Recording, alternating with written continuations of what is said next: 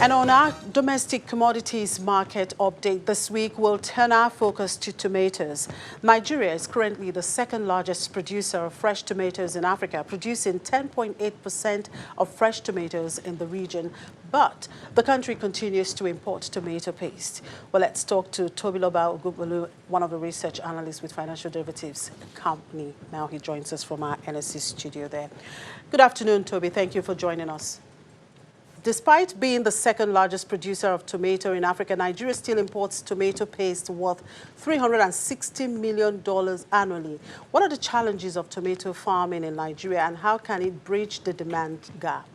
So Nigeria's tomato paste production is estimated at about 3.91 million metric ton, and this is about 2.15% of global output, and also about a 90% increase when compared to 5 years ago. So despite the growth in production, Nigeria still imports about $360 million worth of tomato paste, and that is because about 40% of the tomato we produce does not get to the market, and that is because Nigeria, this lifespan of tomato, the lifespan of tomato is very short. It has a short lifespan, and so it rots easily. And apart from that, we don't have adequate storage and processing facilities. So due to this, we've seen that about 45% of the tomato is lost.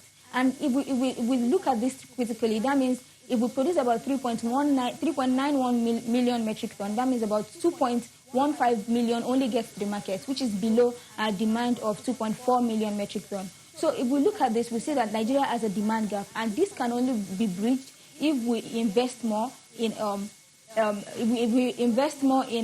our processing facility. We invest more in processing. We invest more in storage. We'll see that the value chain, the waste in the value chain, will be reduced. Quick one before I let you go, Toby. Tomato is widely consumed in Nigeria, but its availability is highly seasonal. The price of a basket of tomato is currently at about 7,000 naira. That's 12.5% lower than the price at the beginning of the year. What is the reason for this price movement?